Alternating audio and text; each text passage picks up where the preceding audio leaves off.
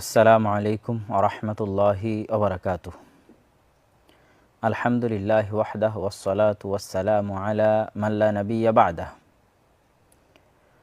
প্রশংসা মহান আল্লাহ সুবহানাহু তাআলার, শান্তি অবতীর্ণ হোক মুহাম্মদ সাল্লাল্লাহু আলাইহি ওয়াসাল্লামের প্রতি। প্রিয় দেশবাসী, আজকে সমগ্র বাংলাদেশের মানুষের হৃদয় ভারাক্রান্ত।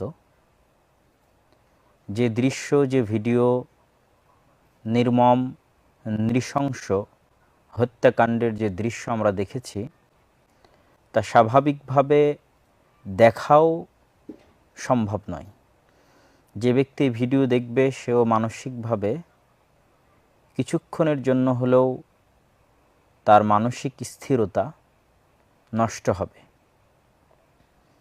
সম্মানিত উপস্থিতি, ইসলামের দৃষ্টিতে যত বিধিবিধান, যত নিয়মকানুন, যত ফরজ, যত হালাল, যত হারাম, যা কিছু আছে, তার সকল কিছুর ঊর্ধ্বে হচ্ছে মানুষের জীবন।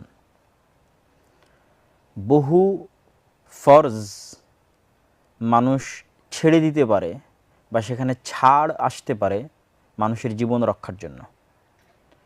বহু হারাম হালাল হয়ে যেতে পারে মানুষের জীবন রক্ষার জন্য। তথা ইসলামের নিকটে বা আল্লাহ সুবহানাহু তাআলার নিকটে, যিনি আমাদের সৃষ্টিকর্তা, তার নিকটে সবচেয়ে দামি হচ্ছে, সবচেয়ে মূল্যবান হচ্ছে মানুষের জীবন।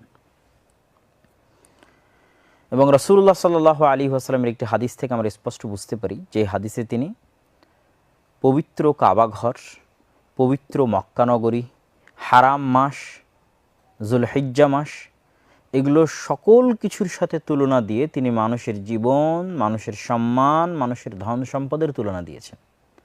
তথা আমাদের ব্রেনে, আমাদের বিবেকে কাবাঘরের যেমন মর্যাদা, একটি মানুষের জীবনের ঠিক তেমনই মর্যাদা।